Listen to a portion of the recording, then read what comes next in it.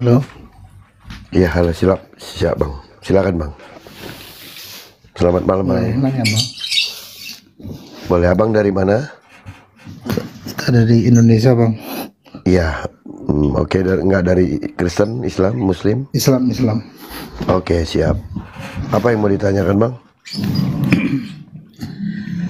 Eh, Tentang kuasa Tuhan bang di Kristen. Yang besar suaranya bang. Abang Tentang pinggir kuasa jalan ya? Tuhan ya. Iya. Boleh dijelaskan kuasa Tuhan dalam pandangan Kristen bang? Kuasa Tuhan dalam pandangan Kristen? Hmm. Ya saya rasa kuasa Tuhan di dalam pandangan semua yang penganut agama saya rasa sama ya. Saya rasa ya tidak berbeda jauh. Tetapi yang menjadi masalah adalah apakah Tuhan yang mereka akui itu pernah melakukannya dan terbukti atau pernah disaksikan. Itu masalahnya Pak. Karena pengakuan itu boleh dibilang itu hanya klaim. Tetapi kalau ketika ada orang lain yang menceritakannya dan orang lain menyaksikannya, itu baru boleh kita bilang bisa dibuktikan gitu. Nah, secara kuasanya saya rasa semua pasti mengakui kesamaan bahwa dia adalah yang paling maha dari ujung sana sampai ujung sini. Saya rasa itu Pak. Jadi kita tidak perlu menjelaskannya kalau itu secara umum. Itu menurut saya bang. Enggak, cuman kita pernah dengar ya. Pernah dengar itu sebagian ya penganut Kristen lah ya bang. Kita nggak tahu itunya. Yang mengatakan Tuhan itu nggak bisa ngontrol iblis. Itu gimana ya? Tidak bisa mengontrol iblis. Bagaimana bisa dikatakan Tuhan tidak bisa mengontrol iblis? Ya dalam artian misalnya iblis itu bisa berbuat neraka. apa aja. Oke, apa? Iblis bisa punya neraka dan semisal. Punya neraka. Punya neraka di mana itu ajarannya? Saya nggak tahu ya. Kalau iblis punya neraka Pak. Atau mungkin dia mengatakan juga ya, iblis itu sumber kejahatan ya. Ya. Dalam artian kalau perbuatan jahat itu semuanya itu dari iblis, kematian dari iblis dan misalnya. Tidak sebenarnya Pak. Yang kalau di dalam Alkitab kami, uang adalah sumber kejahatan, gitu ya. Ya, tetapi nggak apa-apa kalau abang bilang itu iblis. Sedangkan iblis itu menurut kami itu berbeda dengan menurut abang, menurut saya. Apakah ya di dalam keislaman itu iblis itu diciptakan atau bukan bang? Oh enggak, kita selesaiin dulu mas. Kalau ini oke, jangan masuk ke situ dulu. Oke, saya ikutin abang. Enggak, kalau ini udah ada benar-benar clear, ya mungkin ya, bisa. saya ikutin abang. Ayo, saya ikutin abang. Nggak apa-apa. Gimana pertanyaannya? Ulangi lagi bang. Enggak, kita masih ada problem ya, masih ada ya iskal, masih ada masalah kurang paham ya, kita kurang paham. Ya. Sebagian tuh mengatakan ya, sebagian kemarin kita juga dengar persis ya, mengatakan ya kayak mematikan tuh itu haknya iblis, itu kuasanya iblis misalnya. Kemudian masalah neraka pun demikian ya, neraka milik iblis. Dia mengatakan demikian persis. Kalau pandangan abang gimana? Miliknya iblis gitu. Sebenarnya bukan dibilang neraka itu miliknya iblis. Tetapi sebab akibat itu nantinya bang. Karena kalau kita lari kepada neraka dan surga, tidak ada milik-milikan di sana, gitu ya. Karena Tuhan pun melakukan itu kan, dia akan memasukkan iblis-iblis dan yang jahat itu ke dalam neraka. Kalau itu punya iblis, dia dengan senang hati Pak, dia akan masuk ke sana. Nah, sedangkan neraka itu adalah penghukuman Pak, tempat penghukuman. Seperti itu Pak. Berarti abang bilang Tuhan berbuat jelek ya ini ya? Di mana saya bilang Tuhan berbuat jelek? Enggak, dalam tanda kutip menciptakan neraka, menciptakan iblis. Tidak, saya tidak pernah mengatakan Tuhan menciptakan neraka. Saya tidak pernah mengatakan Tuhan menciptakan iblis. Dari tadi tidak pernah. Itu justru jadi pertanyaan saya. Apakah Allah dalam Islam itu menciptakan neraka? Ya, Ya berarti enggak, ini berarti jawab Mas dulu, nanti pandangan Islam. Saya bilang tidak, iblis tidak pernah diciptakan. Neraka? Neraka tidak pernah diciptakan. Neraka ada, kenapa itu Mas? Di mana ada neraka Bapak yang Bapak tahu? Berarti di pandang Kristen neraka nggak ada ya? Bukan tidak. Nah inilah Bapak yang keliru. Selalu membuat satu premis tapi langsung membuat satu keputusan konklusi. Kalau saya katakan gini berarti begini. Kalau saya katakan gini berarti begini. Tidak juga. Saya tidak bilang Tuhan kami pernah menciptakan iblis. Tidak. Tapi iblis ada ya? Iblis ada.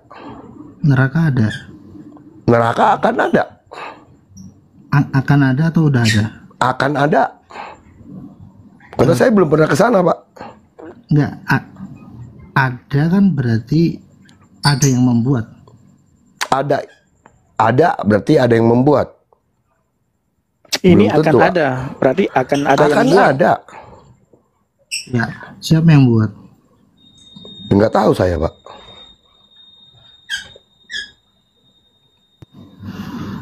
Kalaupun Tuhan kami membuatnya, ada masalah nggak?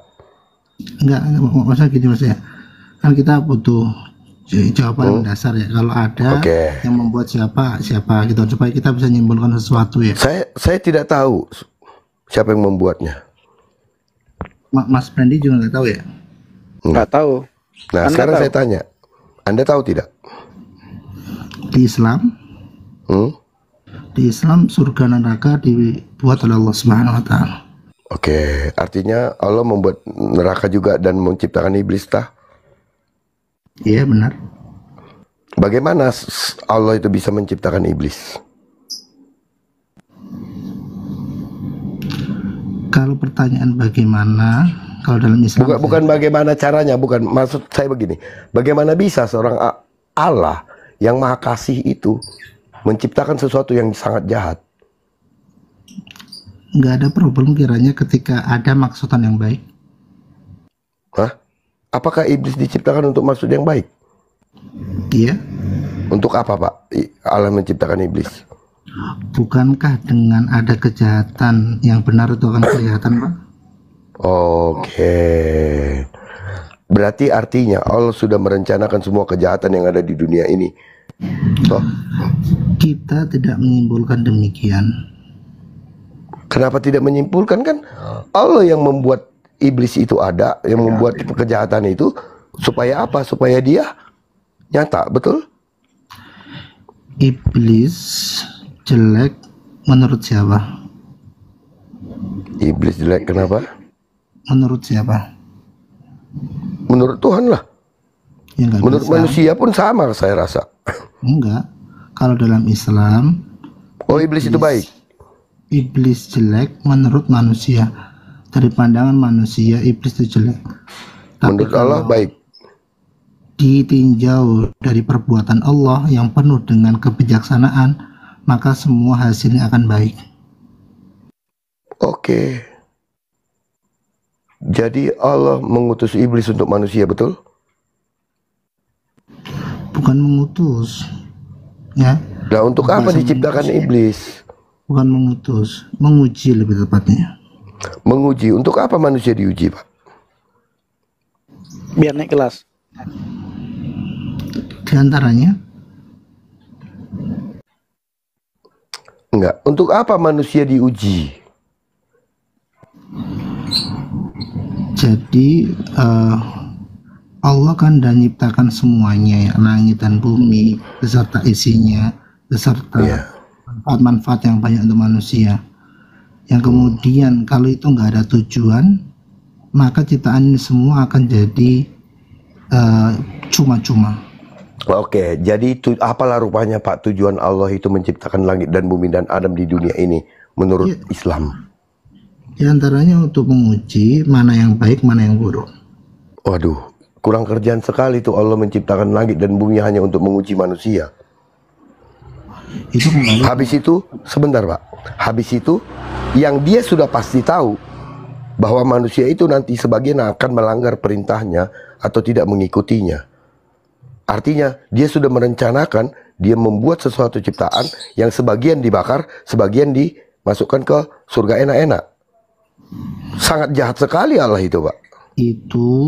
Itu kalau manusia nggak diberi yang namanya irodah, Mas ya.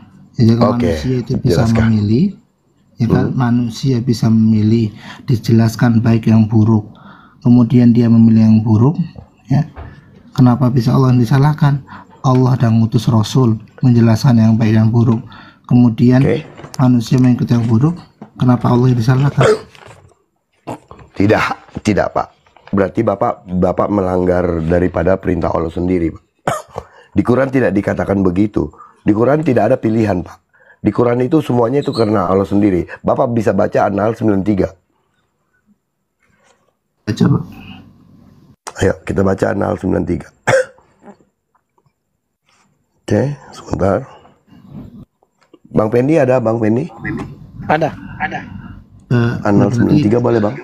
kesimpulan untuk pertanyaan saya ke Bang Nabirong dan Bang Pendi, untuk masalah surga, masalah neraka itu nggak ada jawaban ya, nggak ada jawaban. Untuk iblis pun apa? Oke, saya akan bacakan ya. An-Nahl berapa? Ya, nanti bisa saya tambahkan itu. Dan jika Allah menghendaki, niscaya Dia menjadikan kamu satu umat saja. Tetapi Dia menyesatkan siapa yang Dia kehendaki dan memberi petunjuk kepada siapa yang Dia kehendaki. Tidak ada pilihan di sana, Pak. Tetapi kamu pasti akan ditanya tentang apa yang telah kamu kerjakan.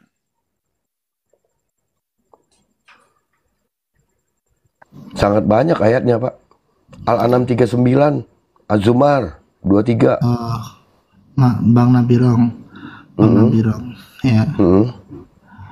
Kalau seandainya Allah menyesatkan tanpa mengutus Rasul, ya kan? Tanpa Bahkan mengutus Allah dakwah, mengutus setan-setan Iya. untuk menyesatkan manusia. Allah mengutus Rasul nggak? Allah mengutus Rasul. Untuk apa dia mengutus Rasul, Pak? Ya untuk menjelaskan ke manusia bahwa ada perintah ibadah di sini. Kemudian jika manusia mengikuti jalan setan, Sebentar. disalahkan siapa? Ayat yang saya bacakan tadi bagaimana pandangan Abu Salwa? Tadi kan katanya ada pilihan. Itu tidak ada pilihan di sana, Pak. Coba. Jangan dulu loncat-loncat. Kalau Iya, loncat-loncat tidak ada untuk apa pilihan. saya bacakan ayat itu? Siap, di situ dikatakan apa? Allah memberi petunjuk kepada hamba-hamba yang Allah kehendaki, dan Allah menyesatkan Siapa kepada yang hamba-hamba disesatkan? yang Allah kehendaki. Seperti itu punyanya kan, Pak? Iya. Ya kan? Tapi apakah disebutkan bahwa si Umar, si Ali, si Said itu bakal masuk neraka, kemudian dia dipaksa untuk masuk neraka, begitu atau tidak? Ya kan, artinya siapa saja yang dikehendaki. Mungkin Ya, orang itu tidak dikehendaki, Pak. Ya, Tetapi suka-suka orang Allah. lain, Tetapi disebutin namanya nggak? tidak disebutin. Kalau begitu Al-Quran ini kan Al-Quran juga nggak disebutkan apa lagi? untuk Abu Safwa, untuk si A, untuk si B. Al-Quran untuk siapa dikasih? Apakah untuk si A, untuk si B? Ada disebutkan namanya? Justru kalau nggak ada penyebutan nama, kemudian kenapa seorang merasa pede dia itu termasuk ahli neraka, kemudian mengamalkan amalan ahli neraka? Apa sih kok lari ke ahli neraka? Tadi begini, Abang bilang bahwa Allah itu memberikan kehendak bebas kepada orang manusia karena diberitahukan sama utusannya, Rasul. Nah, terserah mereka memilih atau tidak. Begitu bukan, Bang? Ya, Begitu bukan? ya Allah kasih kehendak. Ya, Allah memberikan kehendak, betul? Benar? Oke, tetapi tadi ayat yang tadi, ya, tidak, Pak. Saya baca lagi nih surat Al-An'am nih, ayat 39, Pak, ya. Saya baca lagi nih. Orang-orang yang mendustakan ayat-ayat kami, ya, tuli dan bisu, serta berada dalam berbagai kegelapan. Siapa yang dikehendaki Allah dalam kesesatan, niscaya disesatkannya. Siapa yang dikehendaki ya? Ya, Baru siapa yang dikehendaki Allah dalam petunjuk, niscaya dia menjadikannya berada di atas jalan yang lurus. Artinya tidak ada pilihan, Pak. Nah, kita biar ada gambaran ya, biar kita ada gambaran Pak ya. Ayatnya lah, pakai dalil lah. Iya, kita pakai dalil. Cuman kita ringkas saja Pak ya, supaya kita nggak baca banyak ayat. Kasusnya Fir'aun misalnya. Ya kan? Kasusnya Fir'aun. Fir'aun termasuk orang yang disesatkan oleh Allah Subhanahu wa taala. Benar nggak? Disesatkan. Artinya Allah ini benarlah penyesat.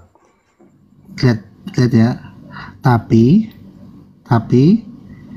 Allah utus nggak Musa alaihissalatu wassalam dan Harun kepada kepada Fir'aun? Allah utus nggak? Lalu Allah kirimkan nggak mara bahaya kepada Fir'aun supaya mengingat? nggak tahu, abang lah coba. Iya ada, semua itu ada. Ya, diberikan wabah katak, diberikan wabah kutu, wabah darah, ya kan? Ya. Kemudian apa? Berarti kan Allah dah ngirim rasul dari manusia, ya kan? Rasul juga dari bangsa-bangsa lain supaya Fir'aun ini ingat. Tapi Fir'aun tetap kekeh akan kekufurannya walaupun sudah diingatkan secara spesial oleh Nabi. Ya. Kalau seperti itu kasusnya, boleh kita menuduh Allah ya menyesatkan, ataukah manusianya yang memang tidak mau mengikuti jalan Tuhan? Bukan, Pak. Jadi ayat tadi yang saya baca itu Bapak cuman berasumsi. Saya jelas membacakan semua itu ditentukan sama Allah sendiri. Bahkan di Al-Hijr ayat 39 pun Allah Allah itu menyesatkan iblis, Pak. Iblis bilang begini, Pak. Tuhanku, karena engkau telah menyesatkan aku, sungguh aku akan menjadikan terasa indah bagi mereka di bumi ini. Sungguh aku akan menyesatkan mereka semua. Sampai iblisnya dendam, Pak. Karena lu udah nyesatin gua nih, ciptaan lu gua akan sesatin semua nih. Dia bilang. Artinya Allah yang menyesatkan dia, bukan kehendak iblis. Makanya dia marah, Pak. Boleh dijawab? Boleh, silakan. Ya Pak ya. Lihat kasusnya iblis ya Pak ya. Kasusnya iblis atau orang-orang yang berjiwa seperti iblis misalnya. Ya, orang-orang yang berjiwa seperti iblis. Ya. Ada nggak? Maksudnya masuk akal nggak? Orang belum mati. Sementara dalam Islam kan amalan tergantung akhirnya ya. Orang belum mati masih punya kesempatan ya, dia dengan pedenya ya mengatakan ya, aku telah disesatkan oleh Allah, biarlah aku menjauh di jalan Allah. Padahal dia belum nemu akhirannya. Kalau kasusnya iblis ya kan, iblis ya karena perbuatannya ini kemudian Allah laknat ya sampai hari kiamat ya, karena dia dosa yang pernah dia lakukan dan dia sudah dikasih kesempatan untuk sujud kepada Nabi Adam alaihissalam, tapi tetap dikasih kesempatan. Tapi tidak ada, Pak, ayat itu, Pak. Asumsimu itu. Iya, itu asumsi, Pak. Suruh sujud. Kalau seperti itu Abu Salwa bilang ya, bagaimana dengan Fir'aun? Fir'aun ketika dia mau mati, dia berseru kepada Tuhan, dia bertobat, tapi tobatnya nggak diterima. Iya. Pernah nggak dapat ayatnya? Dalam konsep taubat dalam Islam kan? Nah, tadi Anda bilang ketika akhir hayatnya dilihat. Ketika saya mengajak Anda untuk melihat bagaimana Fir'aun di akhir hayatnya dia berseru kepada Tuhannya dan dia mengatakan apa yang dia tidak diterima. Tobatnya tidak diterima. Tetap dibiarkan sama Allah begitu. Ya, boleh dijawab aja. Ya. Jawab pakai dalil ya. Ini dalilnya di mana? Yunus 10 ayat 90. Hatta idza adrakahul gharaq qala amantu annahu la ilaha illalladzi amanat bih bi banu Israil wa ana minal muslimin. Sebelum dia mati ya. Sebelum dia mati. Ini hampir mati, Bang. Ya. Ketika Fir'aun hampir tenggelam, ia berkata, Sesungguhnya aku telah beriman bahwa tidak ada Tuhan selain Tuhan yang dipercayai oleh Bani Israel ya. Ini bukan kepada Allah sebenarnya ya, kepada Tuhan yang kepada Tuhan yang telah dipercayai oleh Bani Israel, dan aku termasuk orang-orang muslim. Tidak diterima taubatnya. Sebenarnya kalau kita amati Mas Pendi ya, Tapi pakai ayat, pakai dalil ya jawabnya ya. saya nggak usah nyebutin ayat lain. Saya akan pakai ayat yang Mas Pendi gunakan sebagai pembantah klaiman Mas. Ya, Al-Quran dalil kan? Ya, Mas Pendi tadi mengatakan apa? Bahwa Fir'aun tidak diterima taubatnya. Ya, maka dalam kamus Islam ya dibuat kesimpulan taubat ketika nyawa sudah di kerongkongan itu tidak diterima, dan itu dikuatkan oleh hadis. Itu dikuatkan oleh hadis, kurang lebih bunyinya bahwa la tuqbalu taubah ya, taubat itu diterima ya, selalu dibuka. Kalau la tuqbalu taubah kan tidak diterima taubat, bukan taubatnya diterima. Ya, maaf. Senantiasa taubat itu akan diterima ya. Ya, sampai nyawa pada kerongkongan atau sampai matahari terbit dari barat.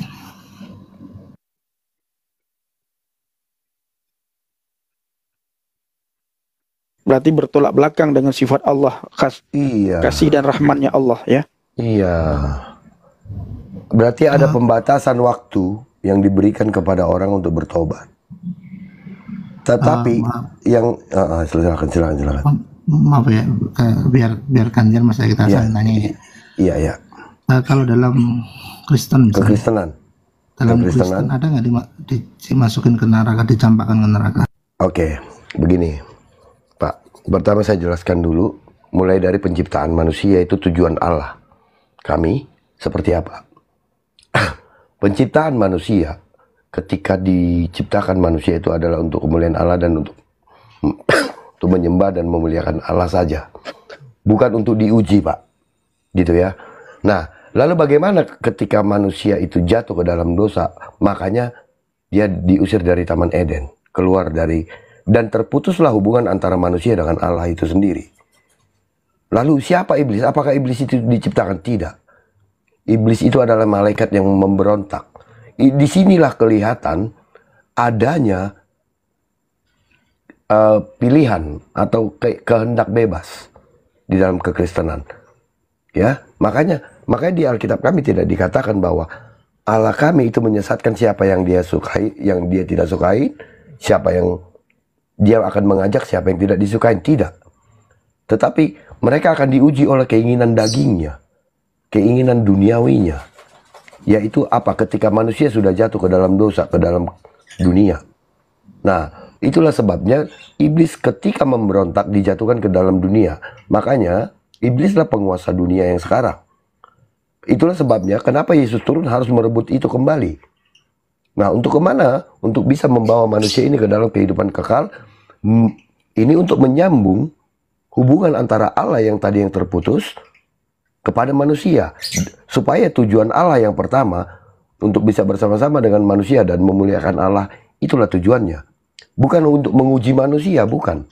Nah, iblis mengujinya karena dia sudah jatuh ke dalam dosa dan dunia ini sudah diserahkan kepada iblis, seperti itu. Nah, lalu bagaimana dengan neraka? Bagaimana dengan surga? Itu adalah keadaan nanti, Pak. Surga ini adalah berbicara tentang keadaan bagaimana kita bersama-sama dengan Tuhan. Neraka ini adalah bagaimana ketika orang-orang yang memberontak dan tidak mau mengikuti dan percaya kepada Yesus, itu mereka akan berada di dalam satu keadaan yang seperti yang digambarkan itu. Seperti itu, Pak. Oh, berarti cuma dicampakkan dari Taman Eden, kemudian neraka kosong? Neraka tidak. Neraka di mana? Apakah Allah ketika menciptakan dunia ada dikatakan menciptakan neraka? Tidak ada, Pak, di agama kami, Pak.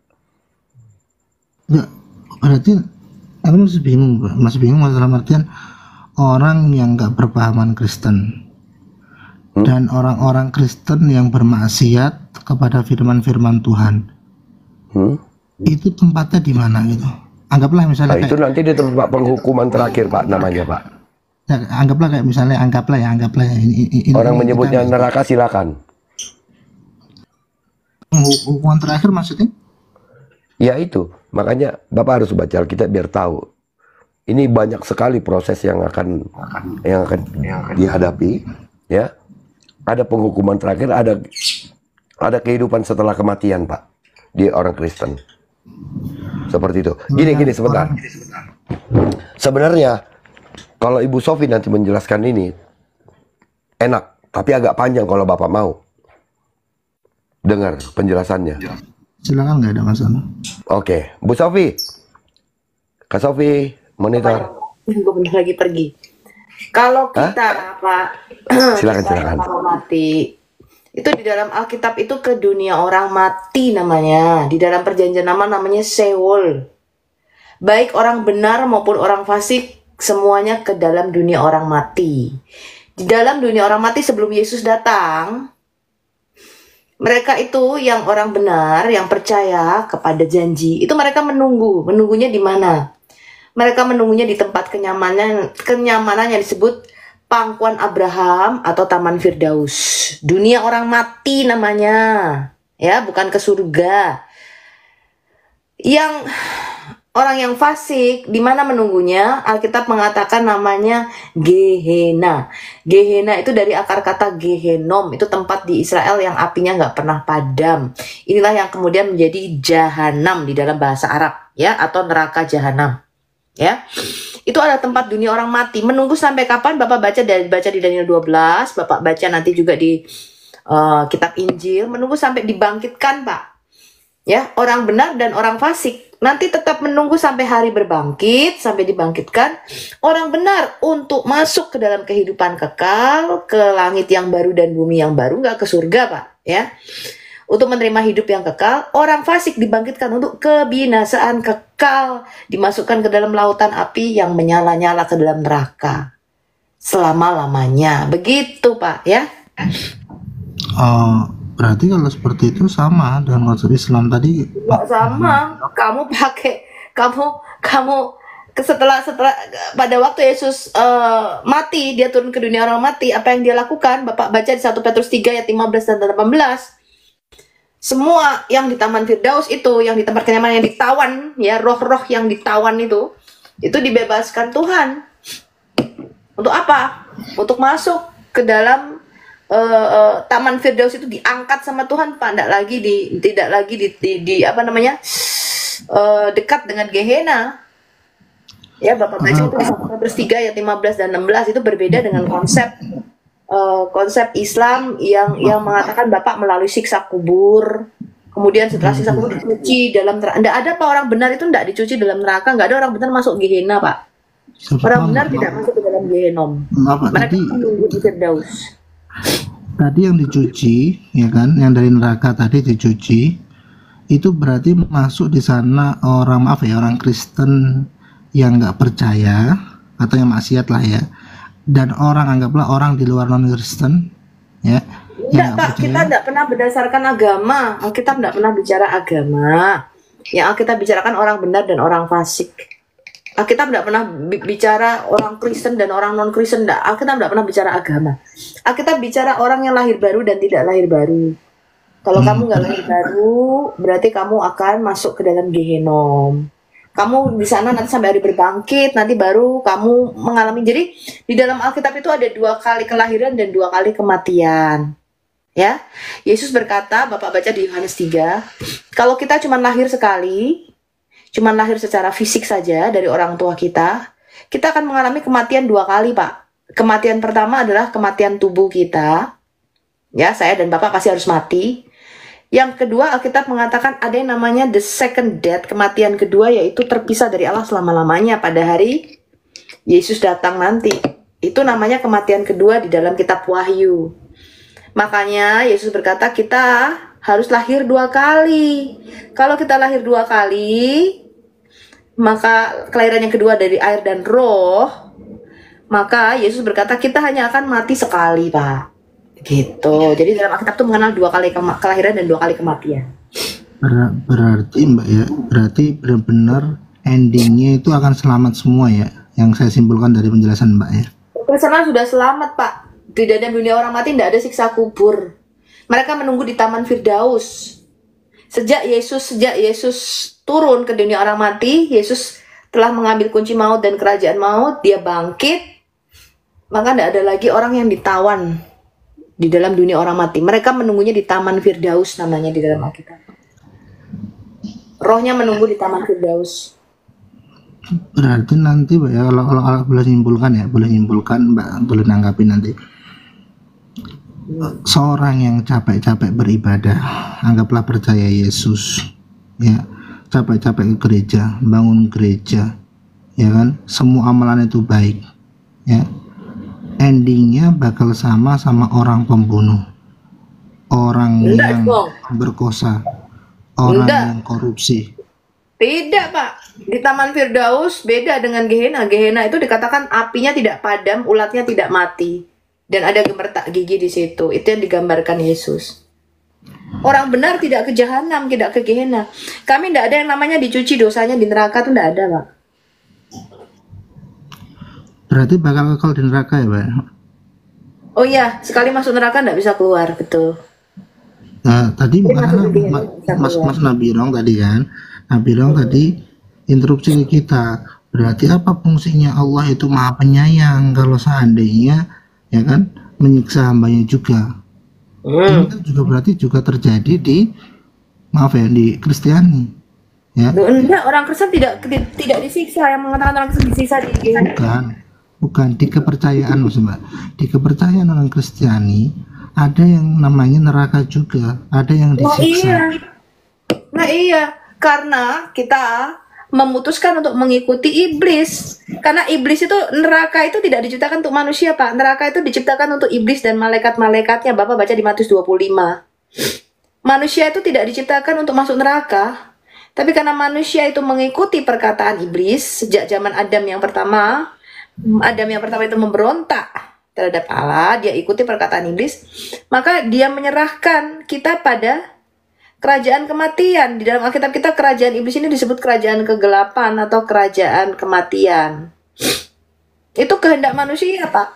Jadi bukan seperti dalam Islam ya. Kalau Islam itu kan ada yang diciptakan untuk neraka, ada yang diciptakan untuk surga. Di dalam kekristenan, di dalam Alkitab tidak ada, Pak. Manusia tidak diciptakan untuk ada yang ke neraka, ada yang ke surga, nggak ada. Tuhan tidak pernah menciptakan neraka itu untuk manusia, tapi pilihan manusia sendiri yang mengikuti iblis. Jadi iblis itu telah memberontak dulu. Tadi Pak Nabirong telah berkata bahwa iblis itu adalah malaikat yang jatuh. Iblis itu di dalam Alkitab kami bukan bangsa jin. Bapak mesti tahu itu. Nggak seperti dalam konsep Islam ya, iblis itu bangsa jin. Nggak, Pak, iblis itu malaikat di dalam Alkitab saya. Kerubim, dia salah satu kerub. Dan dia itu memberontak, lalu kemudian dia dipisahkan dari kerajaan surga, dia punya kerajaan sendiri. Di Alkitab menyebut kerajaannya sebagai kerajaan kegelapan atau kerajaan kematian. Nah, manusia memberontak terhadap Allah, ikut ke sana. Orang fasik, pemburit, pembunuh, apalagi segala macam bentuk kejahatan ya. Itu karena pilihan manusia, bukan karena Tuhan menetapkan manusia untuk masuk neraka. Gehanom tadi Mbak ya, Gehanom tadi apa Gehanom ya tadi? Gehenom itu nama salah satu tempat di Israel yang apinya nggak pernah padam. Benar, Inilah yang menjadi akar kata Gehenna. Manusia dimasukkan ke dalam Gehenom, menjadi jahanam di dalam Quran Anda ya. Berarti yang ciptain siapa tadi Mbak yang awal? Loh, Allah, Pak, diciptakan untuk iblis dan malaikatnya. Neraka Gehenna atau Gehenom itu bukan untuk manusia. Jadi gini loh Pak, bedanya kalau Allahmu itu menetapkan ada penghuni surga, ada penghuni neraka, betul?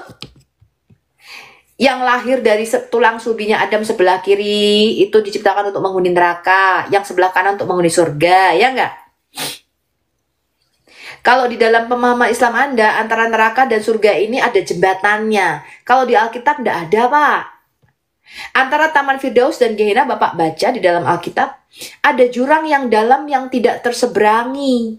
Kalau Bapak kan pakai jembatan tuh, kayak dari Mall CP ke Taman Anggrek. Bapak pernah lihat nggak Mall CP ke Taman Anggrek? pakai jembatan tuh nyebrang. Kalau di Alkitab tidak ada, Pak. Dikatakan orang yang dari Gehenna nggak bisa ke Taman Firdaus. Orang yang dari Taman Firdaus nggak bisa ke Gehenna. Nggak bisa, Pak, kekal selamanya. Maaf Mbak ya. Iya, Mbak mau berkata itu untuk iblis, untuk pengikut iblis, malaikatnya iblis dan semisalnya. Tapi yang menyediakan di awal kan neraka itu memang Allah. Bukan menyediakan, Bapak prinsipnya keliru. Neraka itu tidak diciptakan untuk manusia, Bapak ngerti enggak? Ya, maksudnya yang ciptain siapa? Neraka itu diciptakan untuk iblis dan malaikat-malaikatnya, bukan untuk manusia. Diciptakan, Betul, ada yang neraka menciptakan. diciptakan untuk iblis dan malaikat, tapi bukan untuk manusia. Nah, itu konsep yang salah. Kalau di dalam Islam, Bapak itu ada manusia yang diciptakan menjadi penghuni neraka. Mudah enggak ini? Alkitab tidak, manusia tidak diciptakan untuk menghuni neraka.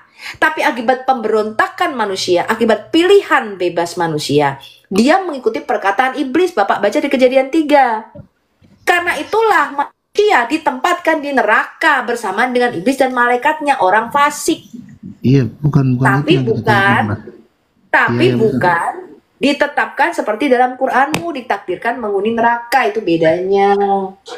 Jadi iya Mbak, kita paham bahwa konsepnya Kristen kan, ya, bahwa neraka itu karena mereka memilih. Itu nggak jadi soal buat saya. Yang jadi soal Jadi itu, Mbak. soal, Yang jadi jadi soal soal itu, kalau jadi soal, Pak, perbedaannya sangat fundamental dan sangat mendasar. Sebab di dalam iman Islammu, amal baik dan perbuatanmu itu tidak menentukan. Tapi yang menentukan takdir Allah. Kalau takdir Allah kamu menjadi penghuni neraka, maka apapun yang kamu lakukan, kamu tetap akan masuk neraka. Betul kan, Bang Nadirong ya? Ya, termasuk murtad. Yang murtad Tadi itu tadi sebenarnya ayat-ayatnya. termasuk Tadi murtad ayat-ayatnya. kan? Fundamental, perbedaannya fundamental, Pak. Iya, perbedaannya di situ, Pak. maaf boleh ditanggapi ya. Ya, silakan. Yang ada dari Nabi kita itu, beliau mengatakan i'malu, beramallah, fakullun muyassarun lima khuliqalah. Setiap dari kalian itu akan dimudahkan akan jalannya. Jadi Enggak ada begitu. Itu di mana ayatnya, coba saya baca. Yang ada, saya bacakan hadis Anda. Bahwa jikalau ada sepenggal jarak ya antara dia dengan surga misalnya, sekalipun seumur hidup dia melakukan amalan penghuni surga, dia berbuat baik, Pak, soleh, nggak ada berbuat jahat. Tapi karena takdir Allah mengambil alih, dia harus masuk neraka, ya. Maka sepenggal jarak dia mau mati nih, dia pasti akan murtad, Pak. Karena dia pasti akan masuk neraka. Tapi sebaliknya, jikalau seumur hidupnya dia melakukan amalan penghuni neraka, dia berbuat jahat seumur hidupnya, tapi takdir Allah mengambil alih dan dia memang ditakdirkan untuk menghuni surga, maka sepenggal jarak antara dia dengan neraka, dia udah mau masuk neraka nih, karena udah mau mati, dia akan melakukan amalan penghuni surga. Dan dia akan masuk ke surga. Nah, jadi takdir, kalau kamu itu percaya bahwa surga dan neraka itu takdir Allah. Alkitab tidak begitu, itu bedanya. Boleh dijawab. Boleh, tapi Bapak pakai data. Di mana tadi ayat yang Bapak bacakan? Bapak, bentar ya, Anda nanggapnya hadis yang Bapak barusan sebutan ya. Jadi masalah seorang yang beramal ahli surga, kemudian di akhir dia ditetapkan jadi penduduk neraka, ya. Itu sebenarnya ada hadis yang lain yang sama bunyinya, cuman dikatakan fi ma yadharun nas. Maksudnya apa? Jadi amalan surga ini hanya yang terlihat oleh manusia itu beramal surga, tapi batinnya itu bisa jadi enggak.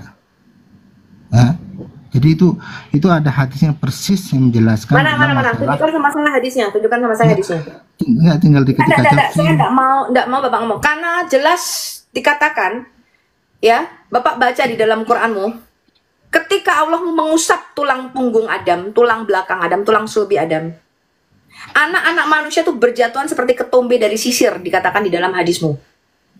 Maka yang kiri, kalau dia keluar dari bahu kiri Adam dan berwarna hitam kulitnya, dialah merupakan penghuni neraka. Dan yang keluar dari bahu kanan Adam dan dia berkulit putih, dialah penghuni surga. Surga dan neraka itu ditetapkan dan ditentukan penghuninya oleh Allahmu. Ada yang ditetapkan menghuni surga, ada yang ditetapkan menghuni neraka. Bahkan ketika Aisyah berkata, bayi yang baru lahir, lalu Aisyah berkata, wah berbahagia nih Muhammad karena dia akan dari burung-burung surga katanya.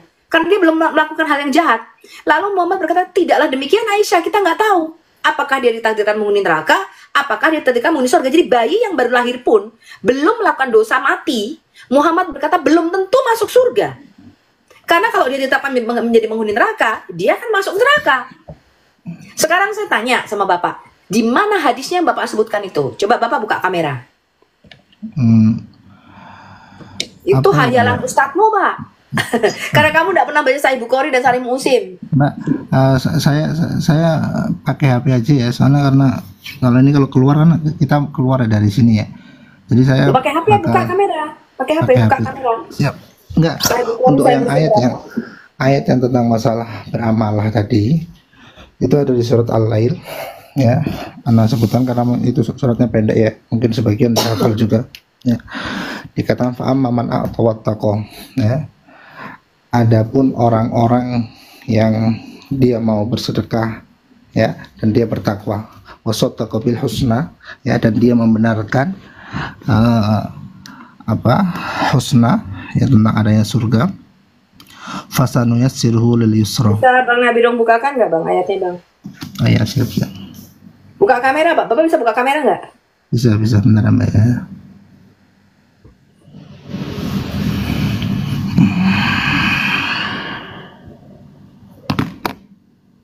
Oke, kita pada tidur udah.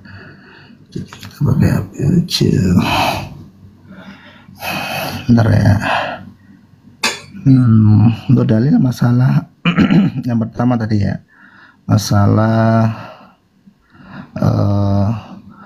beramalah setiap itu akan dimudahkan ya terhadap apa yang dia ditakdirkan kepadanya. Ini ada di ayat Al-Lail, di ayat 5, 6, dan 7. Bacakan terjemahannya Pak. Buka Quran Kemenak, bacakan Quran Kemenaknya. Nggak usah Pak. Kita nggak ada itu sih, sorry Mbak ya, kita nggak ada. Bukakan berapa? Bang, di surat Al-Lail. Alat berapa? Al-Lail katanya.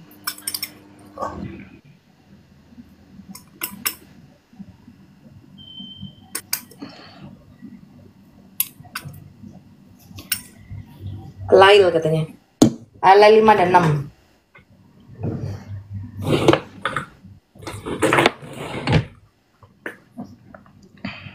Bang Bendi kalau buka jam berapa sih? Udah berapa jam sih live-nya?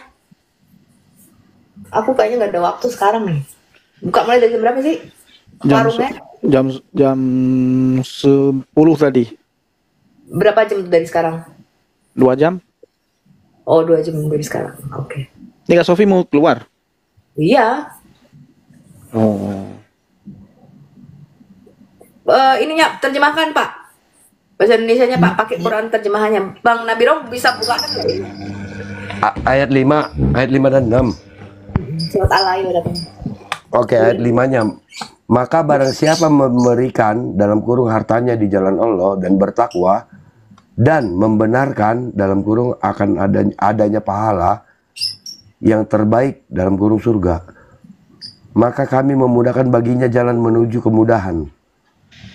Ayat 8, dan adapun orang yang kikir merasa dirinya cukup dalam kurung tidak perlu pertolongan Allah serta mendustakan dalam kurung pahala yang terbaik, maka akan kami mudahkan baginya jalan menuju kesukaran atau kesengsaraan.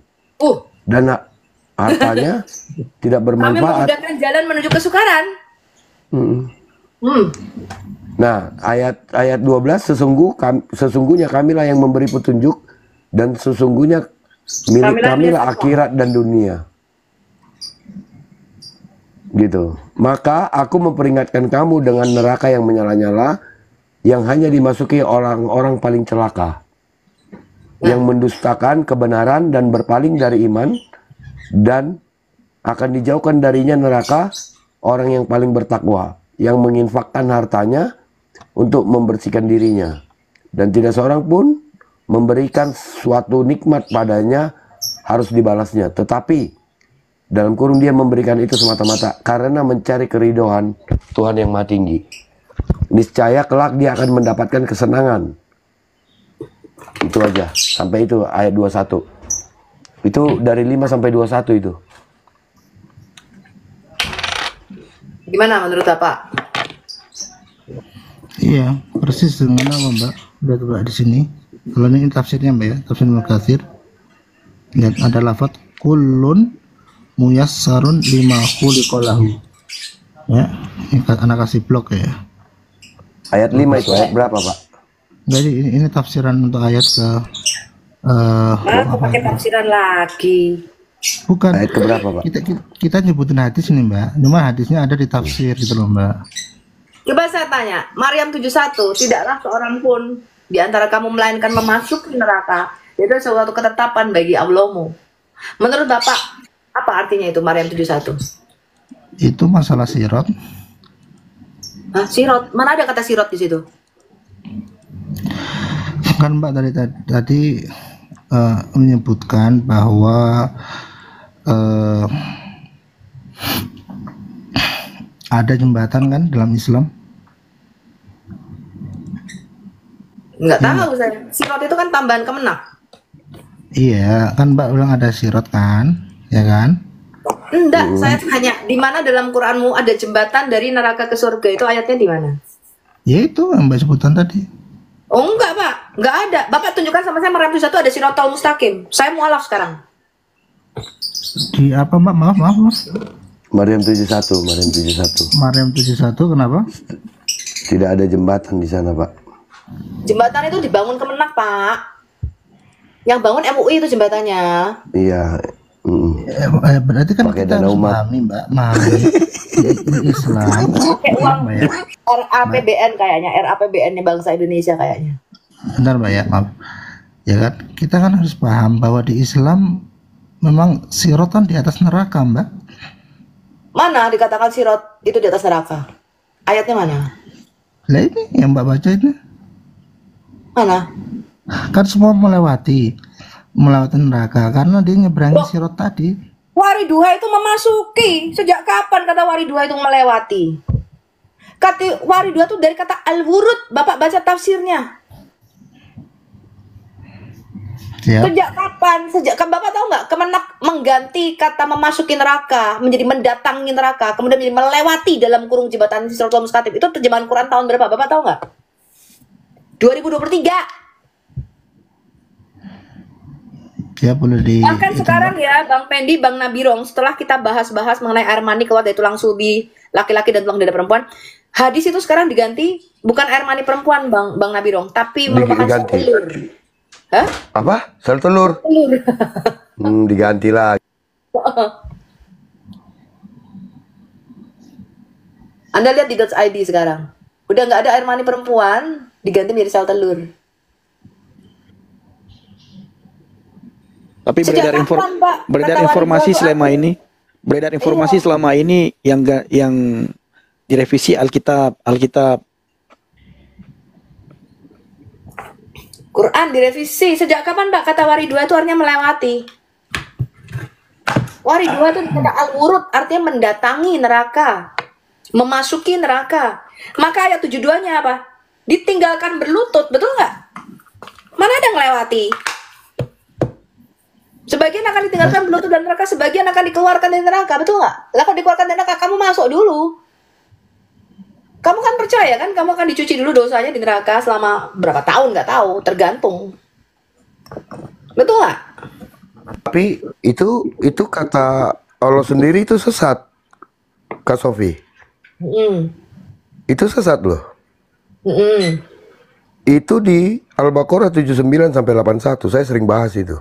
Al-Baqarah mengatakan orang yang berdosa di dalamnya kekal di neraka. Al-Baqarah Yes. 81. Ya, 81. Orang yang berdosa itu kekal di neraka. Mana ada pindah-pindah pakai jembatan? Jembatan itu dibangun Kemenak, Pak. Sejak kapan di atas neraka ada jembatan Siratal Mustaqim? Itu ayatnya mana sih, Bang Pendi? Kok Muslim bisa mengatakan di atas neraka ada jembatan tuh yang bangun siapa? Coba ayatnya di mana dalam Quran? Allah membangun jembatan. Itu hadis itu, di hadis itu adanya. Oh iya, berarti dalam Quran nggak ada dong ada jembatan. Nggak ada. Ada, Pak. Konsep jembatan, saya kasih tahu Anda ya. Jembatan di rambut dibelah 7, saya kasih tahu Anda. Itu merupakan bahasa metafora bahwa tidak ada seorang pun yang bisa lewat Tidak ada seorang pun yang bisa keluar dari neraka dengan amal baiknya sendiri, dengan mengandalkan dirinya sendiri, Pak. Maka Yesus berkata begini, Pak, aku turun ke dalam dunia orang mati dan aku memegang segala kunci maut dan kerajaan maut. Karena syarat untuk kita bisa keluar dari kerajaan neraka, saya kasih tahu Anda, Pak, syaratnya di dalam Alkitab kita adalah tidak boleh berbuat dosa. Sedangkan Alkitab berkata semua manusia telah berbuat dosa dan telah kehilangan kemuliaan Allah. Jadi gak ada satupun Anda dan saya, Pak, itu bisa keluar dari neraka. Di dalam Alkitab Anda dan saya, ketika manusia jatuh dalam dosa, kita semua tuh harus mati. Dan setelah mati kita terpisah dari Allah selama-lamanya, itu kabar buruk. Maka Allah memberikan kita itu kabar baik, Injil, Pak. Injil itu artinya kabar baik. Kenapa ada Injil? Kenapa ada kabar baik? Karena Allah menjanjikan akan ada seorang yang tidak punya dosa, yang akan mengeluarkan anak-anak Adam ini dari kerajaan maut. Itulah janji kedatangan Mesias. Itu yang dinantikan orang Yahudi, Pak. Mereka menantikan seorang yang akan mengeluarkan kita dari perbudakan dosa ini. Dan mereka berpikir kerajaannya hanya secara fisik. Tapi Alkitab tidak mengatakan demikian. Yesus berkata, kerajaanku bukan dari dunia ini. Kalau kerajaanku dari dunia ini, pasukanku udah pasti nyelamatin aku. Bahkan aku bisa memanggil 12 legion malaikat turun untuk menyelamatkan aku. Tapi untuk menebus manusia, untuk darahnya tercurah di kayu salib, itulah tujuan kedatangannya. Maka Yesus berkata, untuk tujuan mati inilah, dia berkata kepada Pontius Pilatus. Pontius Pilatus berkata, aku ini punya kuasa loh untuk membebaskan kamu dari hukuman mati, dari hukuman salib ini. Yesus berkata, kuasa itu tidak ada padamu kalau kuasa itu tidak diberikan dari sorga. Yesus berkata, masalah untuk sirat. Maaf ya Mbak, kembali ke sirat tadi Mbak ya. Ya, mana tuh? Mana jembatan Siratal Mustaqim itu di mana Pak ayatnya dalam Quran? Jelas itu di antara disebutkan dalam apa? Penafsiran ayat ini tapi melalui hadis. Oh, berarti tidak ada dong ayat dalam Quran. Berarti itu janji-janji pengharapan harapan aja bahwa nanti akan dibangun jembatan yang akan melewati neraka ke surga, betul? Quran tidak pernah ngomong, Pak, ada jembatan dari neraka ke surga. Quran tidak pernah mengatakan ada jalan. Anda bisa keluar dari neraka ke surga, betul? Maaf. Mbak. Jadi sejak kapan umat Islam membedakan sama Al-Quran dan Sunnah, Mbak? Hah? Sejak kapan? Al-Quran dan Sunnah itu Al-Quran itu perkataan manusia apa perkataan Tuhan, Pak? Perkataan Allah. Hadis itu perkataan manusia apa perkataan Tuhan? Maknanya dari Allah. Mana yang dikatakan hadis maknanya dari Allah? Saya tanya, mengapa iman Anda menyetarakan perkataan manusia dengan perkataan Allah? Itu pun Nabi Muhammad yang berkata sebelum Nabi Muhammad wafat, yang meninggal, beliau berkata, kutinggalkan dua hal bagimu dan engkau berpegang daripada keduanya, yaitu kepada Al-Quran dan kepada Sunnah. Itu bukan perkataan Allah. Allah tidak pernah mengatakan kamu harus berpegang pada hadis. Di mana ayatnya? Di mana? Al-Hasyr. Ayat? Coba dibukakan. Mana Anda harus percaya kepada hadis, Pak? Al-Hasyr ayat 7. Coba bukakan Al-Hasyr ayat apa ya? Al-Hasyr. Surat 59 ayat 7 ya.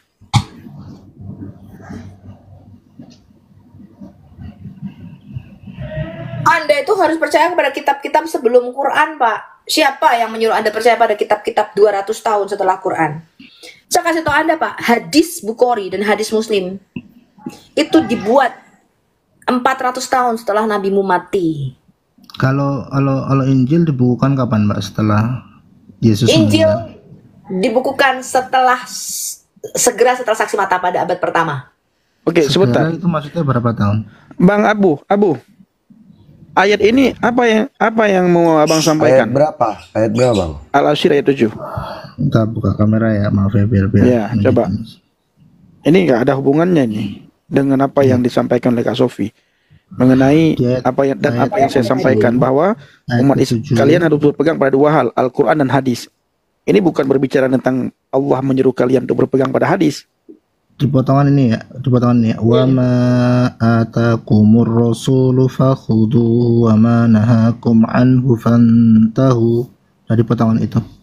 Ya, dibaca ini Pak, apa namanya terjemahannya apa coba? Bang Pendi coba bisa terjemahkan. Ayat 7 ya. Ini berbicara tentang harta rampasan perang, Pak. Konteksnya. Iya, konteksnya itu berbicara tentang harta rampasan perang. Perang Itu kok Lafat- jadi Bukan hati. bukan Allah menyuruh kalian berpegang pada dua hal, pada sunnah dan Al-Quran, enggak. Lafadznya umum, Mas. Lafadznya umum. Coba yang mana umum lafadznya? Coba saya mau ini. La yakuna dulatan. Yang mana ini? Wa ma atakumur rasulu fakhudhuhu wa ma nahakum anhu fantahu. Ya, wa ma atakumur rasul, dan apa yang diberikan Apa yang kepada diberikan? apa yang diberikan oleh Rasul. Artinya apa yang diberikan oleh Rasul tentang harta rampasan perang. Mas, Coba paham baca kaidah terjemahannya. Coba Abang baca terjemahannya, coba. langsung tafsirnya aja, Mas. Apa yang diberikan Rasul kepadamu, maka terimalah, dan apa yang dilarang bagimu, maka tinggallah, dan bertakwalah kepada Allah. Sungguh Allah sangat keras hukumannya. Ya, apa-apa itu kalau dalam bahasa Arab menunjukkan umum, Mas. Dalam masalah ini dan bisa di Nah, berarti Anda ngarang-ngarang. Hadis itu hadis suka. itu ditulis pada zaman Muhammad nggak, Pak? Hadis Quran aja nggak ditulis pada zaman Muhammad kok. Enggak, Hadismu. enggak, Iya kita enggak, kan yang kamu katakan kan tadi kan sunnah. Enggak, Bapak kan tadi mengatakan hadis itu ditinggalkan Muhammad untuk dijadikan sunnah, jadikan teladan bagi umatnya. Saya tanya, hadis itu kapan, Pak, ditulisnya, Pak? Apakah dibukukan setelah Nabi masih hidup? Bentar, Mbak ya. Mbak, kita biar ada ya semacam legal standing, Mbak ya. Maksudnya biar kita berdalil dengan hadis itu ada sumbernya dalam Al-Qur'an. Ya, itu Iya, ayat mana percaya kepada kitab hadis itu mana? ini. Ya, itu wa ma atakum rasul. Ini wa ma atakumur rasul itu bukan ini kan apa yang diberikan oleh Rasul. Apa yang diberikan oleh Rasul? Ini kan berbicara tentang harta rampasan perang. Itu umum atau enggak, Mas? Loh, ya opo sih Bapak iki? Waduh, Rek. Sayang ya, nanti kita lanjutkan ya. Yang diberikan tentang hadis itulah Nabi Muhammad yang bicara. Nah, kita Nabi baca. Muhammad berkata, kalian harus berpegang pada dua hal, pada Al-Quran dan pada hadis. Tetapi Allah Subhanahu wa taala 114 surat dalam Al-Quran, 6.666 ayat dalam Al-Quran, Allah tidak pernah mengatakan dalam surat, dalam ayat, kalian harus berpegang pada hadis. Tidak. Yang disuruh berpegang pada hadis dan Al-Quran itu Nabi Muhammad yang suruh. Allah tidak Ya. berkata begitu, Bang. Ini makanya di sini wa ma atakum. Nah, itu kata Allah. Apa yang diberikan oleh Nabi Muhammad tentang apapun yang didapatkan tentang harta rampasan perang. Itu konteks. Lafadznya umum atau enggak, Mas? Dalam bahasa Arab. Itu abang cocok logi kalau lafadznya begitu. umum, Mas. Seandainya ayat itu kami yang bacakan, abang pasti lari-lari nantinya. Lihat, Mas, Ini paham cocok ya? logi Kita- abang itu. Itu kita Oke. kita buktikan Dari mana kita abang bisa punya tahu dasar. kalau itu dimaksud hadis? Hadis itu diberikan atau dibacakan? Lihat, Mas. Hadis itulah perkataan, bukan diberikan. Maaf ya, ini kan itu fakhudu, ambillah, Hmm. ya kan? Itu Jadi, perintah. Lafat ini, Mas, ya kan? Hmm. Lafat Mana dalam Pak bahasa. dikatakan Anda percaya kepada kitab hadis. Hadis itu karangan 400 tahun setelah nabimu mati. Sebentar, Mbak ya, biar kita selesai dulu nanti Enggak, boleh, Pak. Mbak. Yang jelas ayatnya dalam Quranmu adalah Anda harus percaya kitab-kitab sebelum Quran. Bukan kitab-kitab sesudah Maaf, Quran. ini lihat, biar kita nggak disangka ngarang, Mbak, lihat nih. Enggak. Gini aja deh. Kita kembali ke Siratal Mustaqim. Di mana ayatnya dalam Quranmu ada jembatan dibangun dari neraka ke surga. Yang bangun jembatannya mana? Yang bangun siapa tuh jembatannya? Lihat, makanya Mbak. Gak tadi usah kan- kesini, gak usah kesini. Hadis itu nanti, Pak. Hadis itu nanti kita bicarakan. Sekarang Kan tadi tunjukkan kan- sama saya di mana ada jembatan Siratal Mustaqim dibangun. Maaf ya, tadi kan Mbak tanya itu. Kemudian kita nyebutin hadis. Mbak bilang di mana? Oke, berarti tutup buku. Allah dalam Berarti Al-Quran. tidak ada di dalam Quran bahwa Anda itu bisa keluar dari neraka ke surga dengan cara melewati jembatan Siratal Mustaqim. Simpelnya begitu. Betul? Di Quran nggak ada, udah gitu aja. Betul? Loh, Ya, betul. ada Gitu di aja, hadis jangan ya. muter-muter bulat-bulat Ada bulat. ada di hadis. Iya, Pak. Yang jelas nggak ada di Quran, betul? Loh, Al-Quran sama hadis sama, Mbak. Tidak sama. Al-Quran itu perkataan Allah. Hadis itu perkataan Nabi Muhammad. Jangan bilang sama. Emang Nabi Muhammad sumbernya dari mana, Mas? Loh, sumber Nabi apa yang bicarakan Nabi Muhammad kan? Pertanyaan saya, Nabi Muhammad Allah bukan? Nabi Muhammad itu Nabi Tidak Muhammad dikatakan- apakah Nabi Muhammad Allah? Nabi Muhammad pembuat Apakah Nabi Muhammad Allah? Enggak. Berarti Pak, beda Bang kan? Pendi. Tadi Berkenan Allah. ketika saya membacakan hadis bahwa ada yang diciptakan Allah untuk menghuni neraka keluar dari punggung kirinya Adam, dia nggak percaya. Ah, Aneh kamu, berarti kamu memilah-milah hadis-hadis itu. betul. Bagaimana kalau hadis itu kontradiksi di dalam Quranmu? Saya tanya, kamu nggak bisa menunjukkan ayat di mana dikatakan amal baik itu bisa membawa kamu ke dalam surga, ke dalam hidup kekal. Kamu nggak bisa tunjukkan Ada. ayat. Ada. Mana? Bentar ya. Ya. Seperti di surat terakhir di juz 29 ya.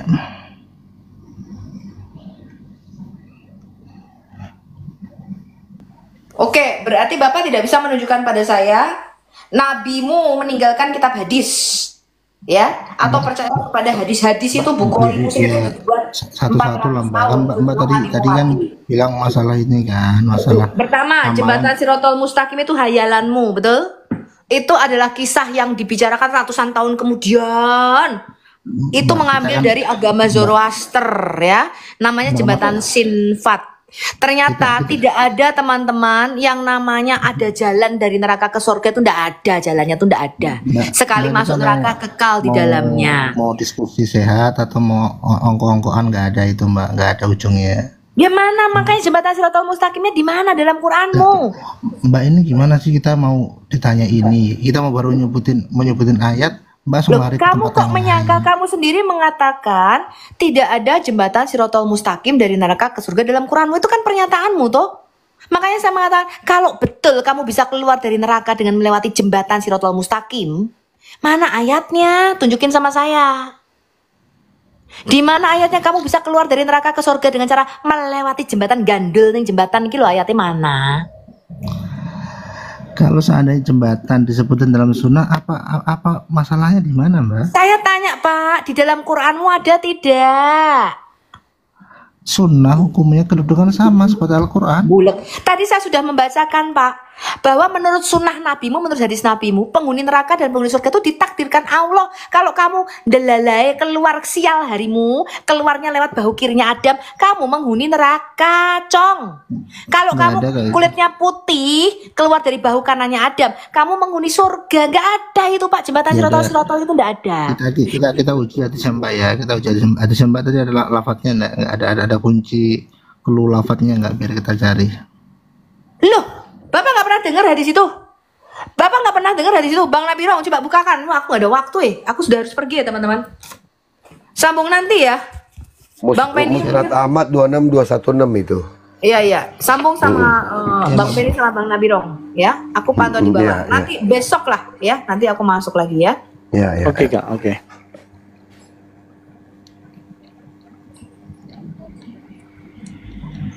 Ayo lanjut. Boleh disambungin ayat hadisnya nggak Mbak? Biar kita juga uji hadisnya kalau benar atau enggak, atau mungkin makna yang lain. Sebentar. Ahmad. Musnad Ahmad Ustaz. Apa malah bilang? 26216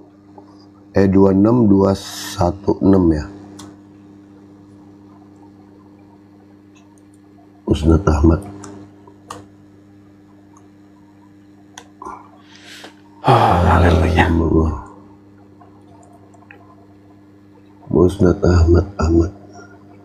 Terima kasih Bang Awi Rosni.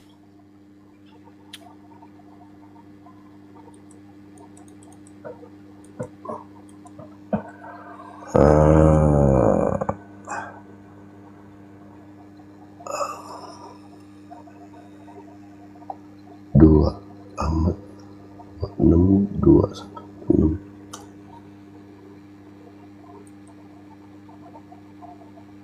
Cara nyarinya EA.